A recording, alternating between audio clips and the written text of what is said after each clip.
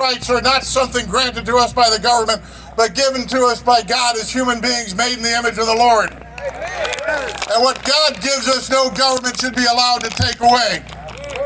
You know, a well-regulated militia being necessary to the security of a free state, the right of the people to keep and bear arms shall not be infringed. All right, we're up here because all over this country, the government is attempting to take our guns away. You know, when I just recited the Second Amendment, did you hear anything about hunting?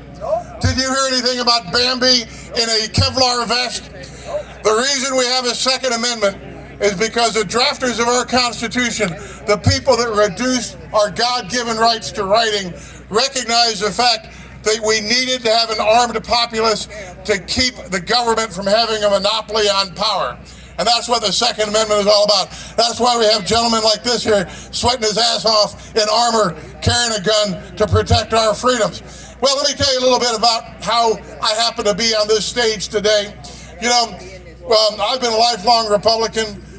My dad was a member of the John Birch Society. I've been campaigning against communist expansionism my entire life. I started giving public presentations against communist expansionism and this trend towards a single world socialist government in 1977 with Robert Mugabe's takeover of St. Louis. Takeover of Rhodesia. The first guy to endorse my Senate campaign was Colonel Oliver North, because he and I have been friends for over 30 years since we started doing fundraisers for him when the government was persecuting him for trying to save this country. But you know, as a little bit of background, St. Louis, Missouri is a remarkably dangerous place. Those of you that live out here in the civilized world can't possibly imagine what it's like. A couple of years ago, Rudy Giuliani and Bernie Kerik, the former police commissioner in New York, came down and spent a couple of days with us. And when we were out to dinner, I was talking to Bernie about how the danger levels between New York City and the city of St. Louis. How many of us think New York City might be kind of a dangerous place, huh? Well, 8,400,000 residents of the city of New York. By that point that year, they had about 300 murders. City of St. Louis proper only has 300,000 citizens. We'd had 262 murders, almost 20 times the murder rate of New York City when they were having a bad year. And that's just a general level of background violence in St. Louis. Then you've got to add to that the George Floyd effect, all right? On June the 1st and June the 2nd of 2020, those people who claim the moral high ground, those people that claim superiority to us and are champions of diversity and equity and inclusion, decided to show their love for the city of St. Louis by burning it down. That night, they burned down downtown St. Louis. They shot 4 police officers. They killed retired police captain David Dorn. He was doing secondary employment at a pawn shop about a half a mile from my house. But the most impressive thing my wife and I watched, we saw this on a live helicopter feed from downtown St. Louis. The 7-Eleven in downtown St. Louis, 2 blocks from police headquarters, somebody threw a brick through the window, broke out the glass. The mob came in and looted the place empty. Then they set it on fire. The place becomes engulfed in flames. The roof caves in.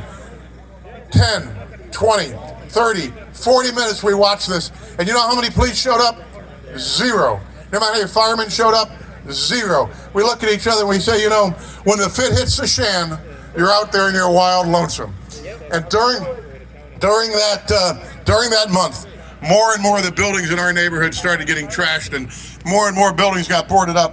There's a little mom and pop pharmacy around the corner from my office, which is 3 blocks further into the ghetto than my house.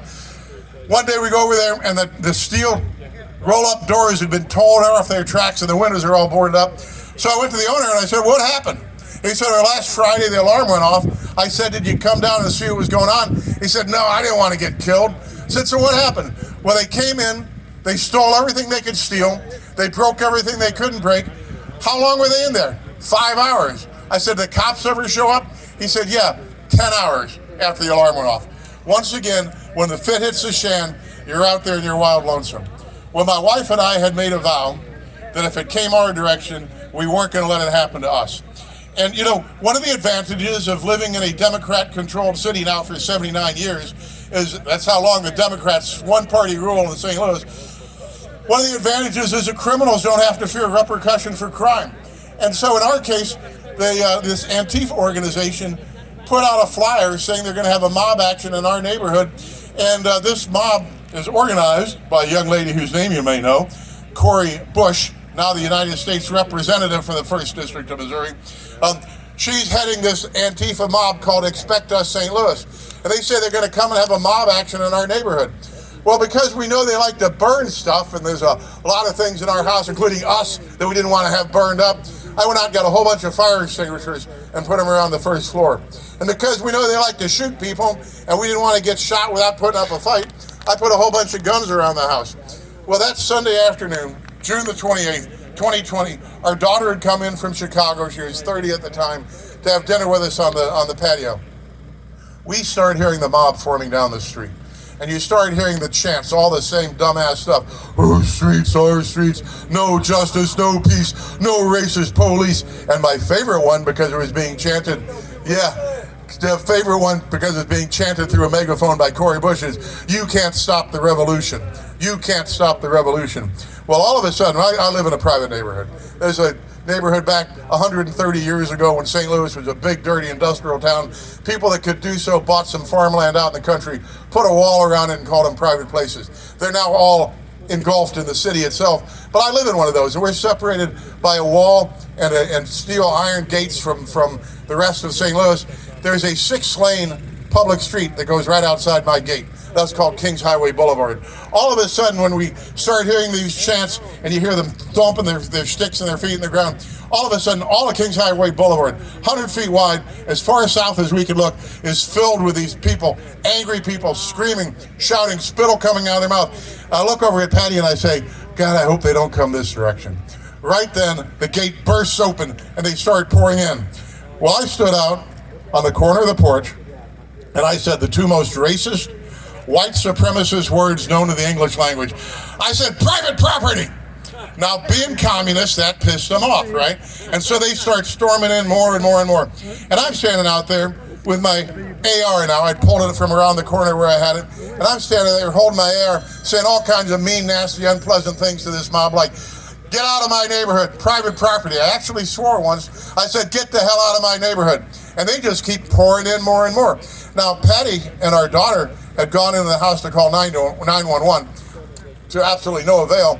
But then she realizes that I can't see anything past the east side of our yard and the mob's completely covering the street. So she goes out the front door. All of a sudden, I think I'm doing pretty good. I'm standing up there with my rifle. I got about 20 feet of grass, a hedge, a low wall, and about another 20 feet of grass between me and the mob.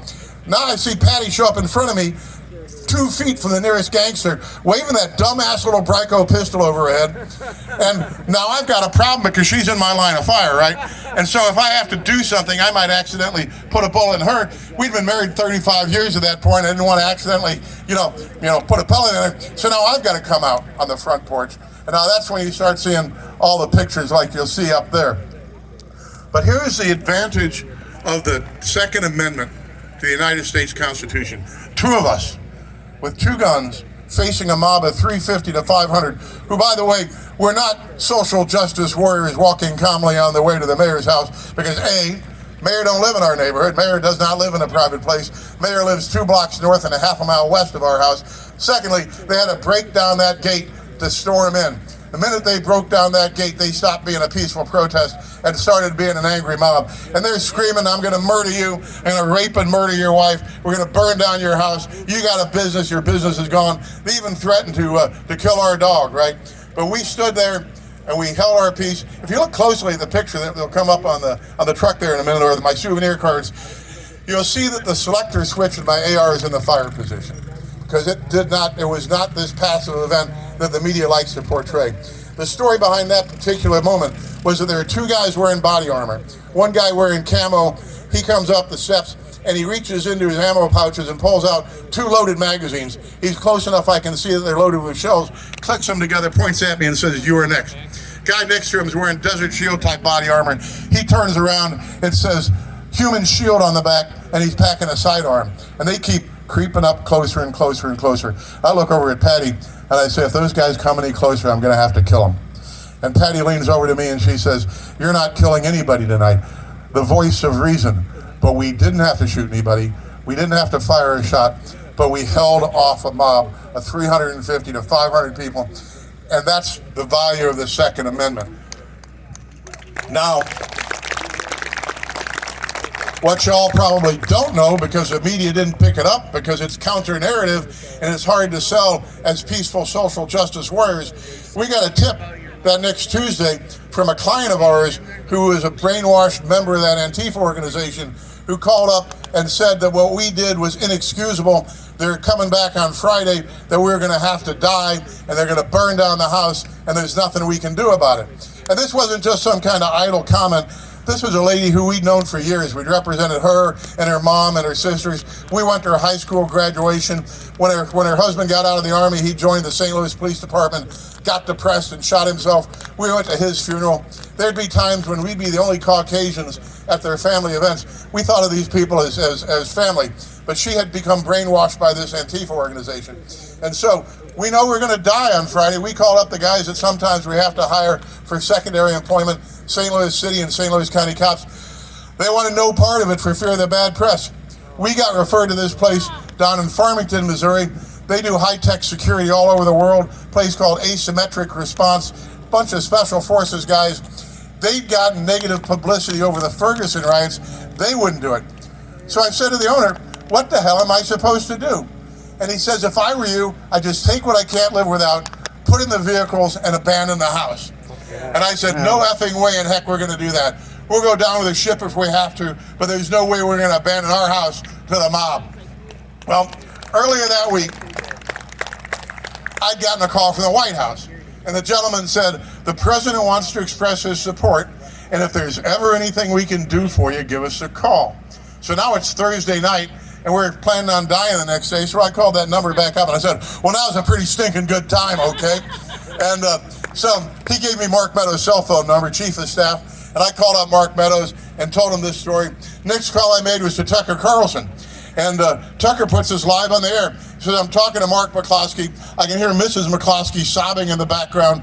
The mob's coming back tomorrow to kill him. The local police have been ordered to stand down. The state's not going to provide them with any cover. And if we don't do something, they're going to die. Well, to make a long story short, when the mob hit the gate that next Tuesday, that next Friday night, the miracle started to happen.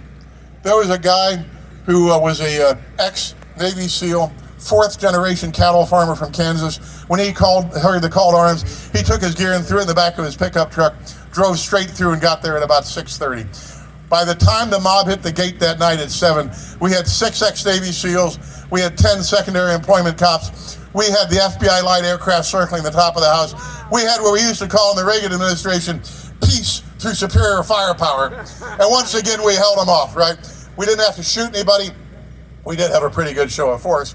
2 things I always like to talk about from that night. One is that once again, here's Cori Bush, now Congresswoman Cori Bush, an overt, active communist, standing outside my gate again that Friday night, chanting into the megaphone, you can't stop the revolution. Actually, she had a really nice singing voice. I can't approximate it. You can't stop the revolution. Jim, the SEAL, resting his hands on the butt of his M4, standing next to me, says, oh yes, I can. Second thing I always like to relate, it's about 2:30 in the morning, right? And Jim, that SEAL was my personal protection that night. We made a big point of being outside on the porch, on the patios, so that people could see that they hadn't intimidated us. About 2:30 in the morning, Jim jumps on me and knocks me down. Hey, what the hell's going on? He says, well, we were scoping some of the surrounding high-rises, and we saw somebody scoping back and thought you're about to get taken out. Right then, his radio goes off. Turns out it was an FBI sniper doing cover for us. So, good news that night. We got the all clear at about 4:30 in the morning. And we got a couple hours of sleep. At about 6:30 in the morning, we realized we'd survived it. We hung a big American flag outside the front of our house, and we made a vow that day that we were going to do everything we could for the rest of our lives to pull back our freedoms, to restore our republic, to make this United States the way it was when we were kids. And we figured the best way to do that was go to work for President Trump. And so we joined the Trump campaign. We started out campaigning with Colonel Allen West down in Texas. For a while, Patty and I were the Team Trump bus in Pennsylvania, as where Patty is from. And you know, it was not very hard stepping out of that Team Trump bus to talk to people. And by the way, you got to imagine what this is like. We'd pull up from town to town. There'd be people lining the streets with, Make America Great Again banners and Trump banners and shouting and clapping. You get out of the bus. And it's not very hard to sell people on the concept that a president who had restored us to the greatest nation on earth, where we had the highest employment figures in every demographic, we had oil self-sufficiency, we had a strong military and a closed border. It wasn't very hard to sell that as a positive message. But you know what? Our reward for standing up against that mob was that the city of St. Louis circuit attorney charged Patty and me with 2 felonies each. 2 Class C felonies that would cost us 4 years in the slammer, our law licenses, ruin the rest of our lives. And fortunately, this Soros-funded prosecutor, go nameless, Kim Gardner, just as dumb as a sack of hammers. And so she used us in her campaign propaganda to raise money. So we filed a motion to have her excluded on the basis of her bias, and we got her and the entire circuit attorney's office barred from our case. So then we got a special prosecutor appointed who was a Barack Obama U.S. attorney for 8 years. So we figured that might not work out so well, but it finally did. And the quirk of Missouri law is that the governor can't pardon you until you've finally been found guilty of something. So we had to find something to plead to that would be nominal, essentially not a crime, just a fine, so the governor could give us a full pardon. And we did that, and we thought that was the end of it. But then, just to make life that much sweeter, the Missouri Bar Association decided that what we did in standing up on our front porch and defending ourselves against a mob that threatened to kill us was a crime of moral turpitude, and that we shouldn't be allowed to practice law anymore. So they suggested to the Supreme Court, and the Supreme Court agreed that we should have our licenses suspended for 6 months, probated for a year. Patty just got her get-out-of-jail-free card last week. I got my get-out-of-jail-free card in February. But that's what happens to you if you stand up. There's only one unforgivable crime in America today, and that's standing up against the left. If you're on the left, you can commit any crime you want to. A guy I was on the radio with a couple of months ago put it this way, and I thought it was very succinct. In this country today, you're not considered innocent until proven guilty. You're considered guilty until proven Democrat. And that's exactly the way things are. People on the press, people even on Fox News, which I used to be on somewhat frequently until they showed their true rhino colors, call it a 2-tiered justice system. But there's no such thing as a 2-tiered justice system.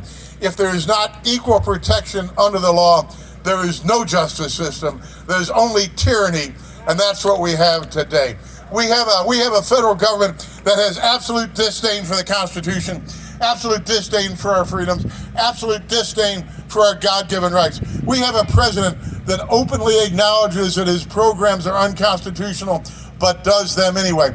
2 weeks ago, the Supreme Court declared his student loan giveaway unconstitutional, and so what he's doing now, a new unconstitutional student loan giveaway. He created, in the United States of America, with the First Amendment to the Constitution, he created a disinformation governance board, a federal censorship board. It took a judge in Louisiana last week to issue an order compelling the federal government to not conspire with big tech to censor us. You imagine that in the United States of America? And then ask yourself this. Next time you think about voting for somebody, think about this. Where were 49 United States Republican senators? Why weren't they standing on the Capitol steps screaming, "We cannot have this in the United States of America. We cannot have this with the First Amendment to the Constitution"? All you got was crickets. Where was Mitch McConnell? When the FBI raids Mar-a-Lago, when they go through Melania Trump's underwear drawer, when they search Barron Trump's lockers, when they invade the home of the President of the United States and the front runner for re-election to the presidency of the United States, when they invade his home, where is Kevin McCarthy? Where is Mitch McConnell? Where is every single Republican that should have stood up and said, "We are not a banana republic. We cannot have this in a free republic. We are the United States of America"? Absolute stinking crickets. It makes absolutely no difference if they've got an R behind their name or a D behind their name, because every one of these things is going the same direction. And that, ladies and gentlemen, is what we now call the Great Reset. We call this a single world socialist government, going towards what Klaus Schwab says over in Davos: you will own nothing and you'll be happy, or else. And what are the January 6th political prisoners all about, right? Out of the 350 to 500 people that broke down my gate, stormed into my neighborhood, threatened to kill me, rape and murder my wife, burn down my house, burn down my office building, even kill my dog, not one of those people has done a day in jail. Why are the January 6ers rotting in that gulag in D.C.? It's not just to punish them. It's to threaten all of us, to say, intimidate the rest of us, to say that if you're willing to stand up for your freedom, stand up for your rights, stand up for your God-given human rights, that we will cut your head off, that we will crush you. Ask Roger Stone about it. Ask General Mike Flynn. They will want to crush you economically.